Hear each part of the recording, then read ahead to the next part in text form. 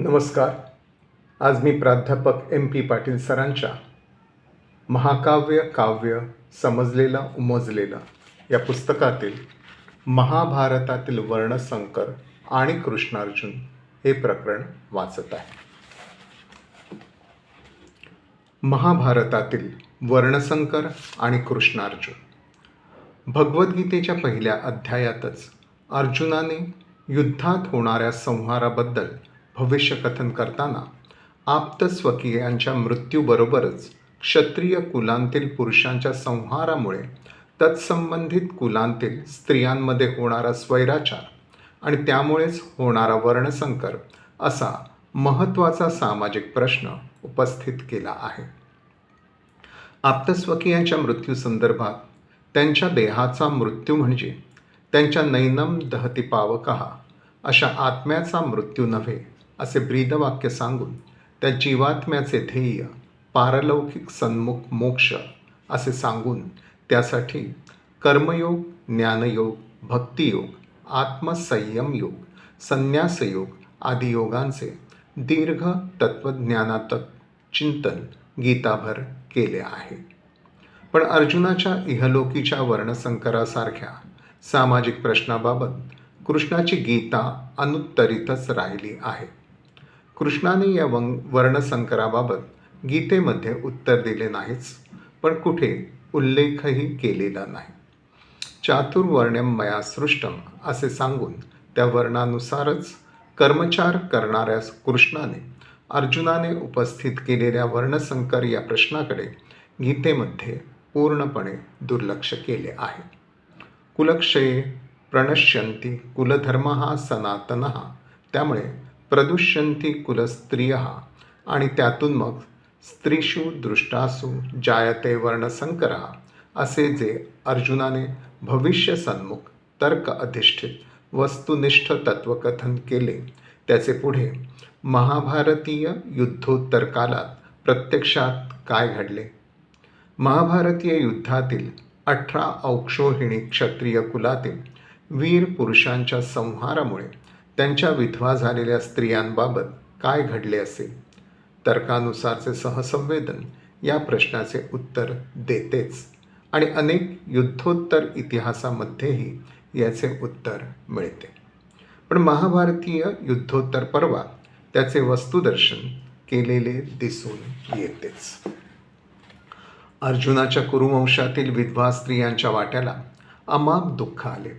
कुंती गांधारीने विदुर धृतराष्ट्राबरोबर अरण्यातील वणव्यात अग्नीला सामोरे जाऊन आपले देह अर्पण केले. स्वर्गारोहण पर्वात द्रौपदी 5 पांडवांआधीच मृत्युमुखी पडली. कौरवांच्या 100 विधवांनी युद्धानंतरच्या 17 वर्षानंतर भगीरथी नदीमध्ये जलसमाधी घेतली. कुरुवंशात प्रदुष्यन्ति कुलस्त्रियः असे घडले नाही आणि स्त्रीषु दृष्टासु जायते वर्णसंकरः असेही घडले नाही. पण ज्या कृष्णाने अर्जुनाच्या वर्णसंकर संबंधित प्रश्नाकडे दुर्लक्ष केले त्या कृष्णाच्या यादव वंशातील स्त्रियांबाबत काय घडले ते मौसल पर्वात दिसते आहे. ते पाहण्यासाठी महाभारतातील स्त्री पर्वातील गांधारीने कृष्णाला दिलेल्या शापाकडे लक्ष वेधविले पाहिजे. आपल्या 100 पुत्रांच्या संहारास कारणीभूत झालेल्या कृष्णाला स्त्री पर्वामध्ये गांधारी दुःख संतापाने शाप देते. त्यापूर्वी ती कृष्णाला म्हणते, तुझ्या शब्दाला दोन्हीकडे मान होता. तू मनापासून मनावर घेतले असतेस तर हे भांडण मिटले असते. माझ्या पुत्रांचा नाश झाला नसता. माझ्या पुत्रांचा नाश होत असताना तू जाणून बुजून दुर्लक्ष केलेस. तुला याचे फळ मिळेल. आणि शाप देताना आपल्या पती सेवेचे सर्व पुण्य ती पणाला लावते. पती शुश्रूषया यन्मे तपः किंचिदुपार्जितं तेन त्वां दुःखपां शप्से चक्र गदाधर. गांधारीने कृष्णाला दिलेला शाप असा. यस्मात् परस्परं ध्वंतो न्यायः कुरु पांडवाः उपक्षितास्ते गोविंदं तस्माद् ज्ञातित्वधिष्यसि त्वं प्यु उपस्थिते वर्षे षट्त्रिशें मधुसूदनं हतज्ञार्ति हर्तो मात्युं हतपुत्रो वनेचरः कुत्सितेनाभ्युपायेन निधनं समवाप्यसि तवाप्येव हतसुखा निहतज्ञन्ति बान्धवाः स्त्रियः परिपश्यन्ति यथैता भरतस्त्रियः. हे गोविंद, मधुसूदन, कौरव, पांडव आणि सगळे सोयरे एकमेकांशी युद्ध करीत असताना, नाश पावत असताना तू त्यांची उपेक्षा केलीस. तूही आपल्या जात भाईचा नाश करशील. आजपासून 36 वर्षांनी तुझे अमात्य, जाती, परिवार आणि पुत्र परस्पर लढून मरण पावतील आणि कोणीही ज्याच्याकडे ढुंकून पाहत नाही असा तू वनात एकटाच संचार करीत असताना मारला जाशील.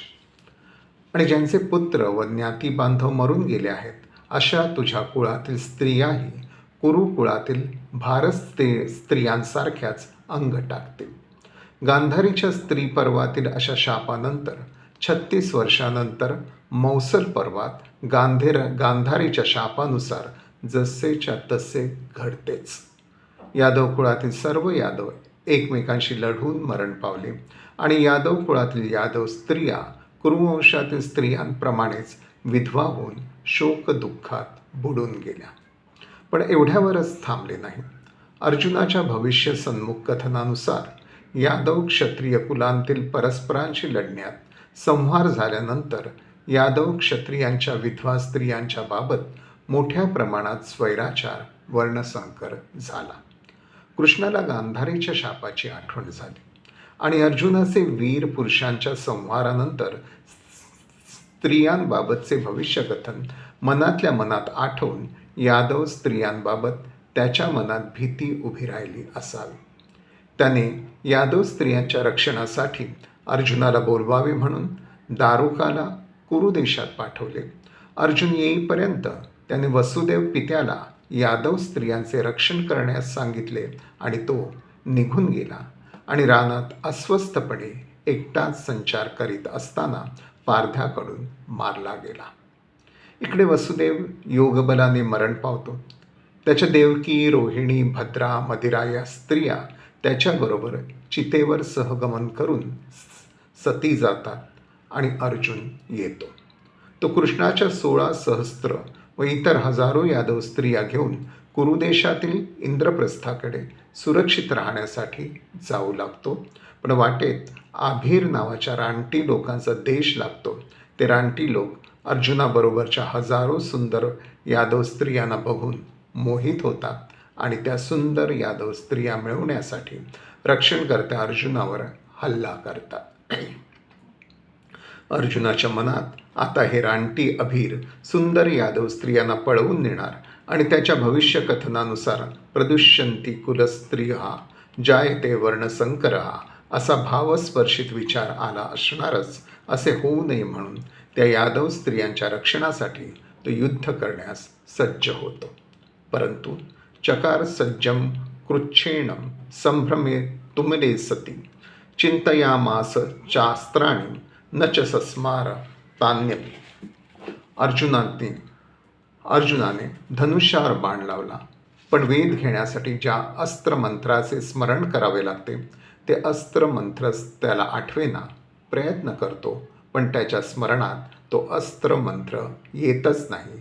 तो हतबल होतो आणि मग मिशतां सर्वयोद्धानां ततस्ताः प्रमदोत्तमाः समन्तमो वकृष्णवन्त कामाच्चान्याः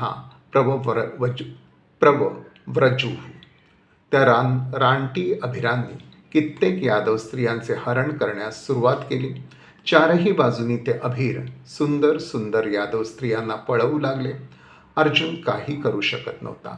ते बघून प्रदुष्यंती भावाने कित्येक यादव सुंदरी स्वेच्छेने, आपखुशीने त्या रानटी अभिरांबरोबर पळून गेल्या. त्यानंतर त्या क्षत्रिय वर्णीय यादव सुंदरी आणि ते शूद्रवर्णीय रानटी वनवासी अभीर यांचा संकराने अर्जुनाचे भविष्यकथन खरे ठरले असणारच हे ध्वनित होते. चातुर्वर्ण्यम मया सृष्टम असा जाहीरनामा काढणारा आणि वर्णानुसार कर्मयोगाचे तत्वज्ञान अर्जुनाला सांगणारा कृष्ण अर्जुनाने भविष्यसन्मुख कथनात वर्णसंकराबाबत उपस्थित केलेल्या इहलोकाच्या सामाजिक प्रश्नाबद्दल तटस्थ का राहिला, काहीच का नाही बोलला. युद्धात वीरपुरुषांच्या संहारानंतर विधवा स्त्रिया प्रदुष्यंती होऊन वर्णसंकर होतो हे खरेच, पण युद्ध न होताही वीर पुरुषांचा संहार न होताही असा वर्णसंकर समाजात नेहमीच घडत असतो असे त्याला वाटत असावे. त्याच्या जाणीवेत नेणीवेत यदू कुरु पुरु गुरुवंशाचा वर्णसंकराबाबतचा पूर्व इतिहास जागा होत असावा. कृष्णाच्या यदुवंशात ययाती देवयानी, कृष्ण जांबवंती, उषा अनिरुद्ध असे वर्णसंकर आढळतातच. आणि अर्जुनाच्या कुरु पुरु वंशात तर वर्णसंकराची मालिकाच सापडते. त्याचा वर्ण कधीच शुद्ध राहिलेला नाही. त्या वंशाची प्रजा वर्णसंकरातूनच निर्माण झालेली असते.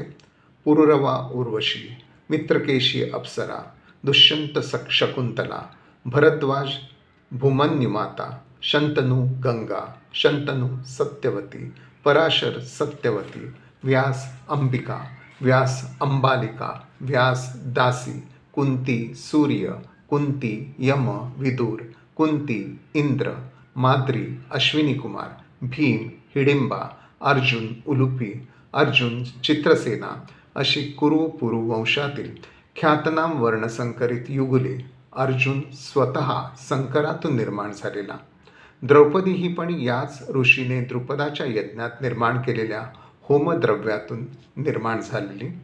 या कुरु पुरु क्षत्रिय कुलाचा देव, दानव, नाग, गंधर्व, अश्विनी कुमार, दासी, अप्सरा, ब्राह्मण, धीवर, भिल्लिणी, ऋषिकन्या अशा अनेक वर्णातील स्त्री पुरुषांशी संकर होत आलेला. कुठे गांधर्व विवाह, कुठे नियोग, कुठे ऋषीसेवा, कुठे वराने दिलेला भोग, कुठे यज्ञाचे आवरण, कुठे नावेतील स्वैरसंभोग अशा अनेक प्रकारातून होत आलेले ते वर्णसंकर. या कुरु पुरूंच्या राजदरबारातील गुरुद्रोण आणि आचार्य कृप या राजगुरूंची निर्मितीही वर्णसंकरातून झालेली.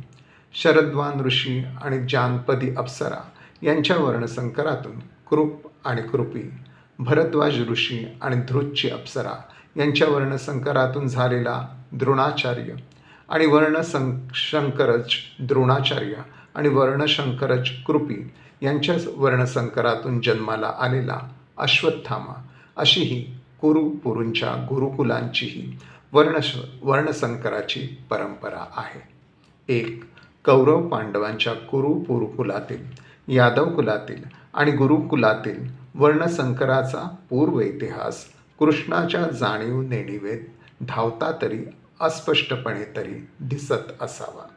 त्यामुळेच अर्जुनाने उपस्थित केलेल्या युद्ध झाले तर क्षत्रिय वीर पुरुषांचा संहार होणार असल्याने त्याच्या विधवा स्त्रियांच्या प्रदूषणाने, स्वैरवर्तनाने होणाऱ्या वर्णसंकराच्या प्रश्नाकडे कृष्णाने दुर्लक्ष केले असावे.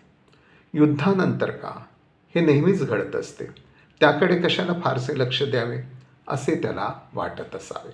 आणि दोन, वर्णसंकरातून निर्माण झालेले भरत, भीष्म, व्यास, धर्म, भीम, अर्जुन, नकुल, सहदेव, कर्ण, विदुर, द्रोण, कृप, अश्वत्थामा कुणी अद्वितीय युगपुरुष, कुणी महापराक्रमी योद्धे, कुणी सर्जनशील महाप्रतिभावंत, कुणी थोर तत्वज्ञ, कुणी दृष्टिवेदक रूपसुंदर, कुणी सर्वस्व अर्पित उदार, कुणी महाआचार्य गुरुवर्य, कुणी सर्वसाक्षी तेजस्विता अशा महान अद्वितीय व्यक्तिमत्वे जर वर्णसंकरातून झालेली असतील तर वर्णसंकराबद्दल वेगळा विचार का करावा असे कृष्णाच्या मनात येत असावे.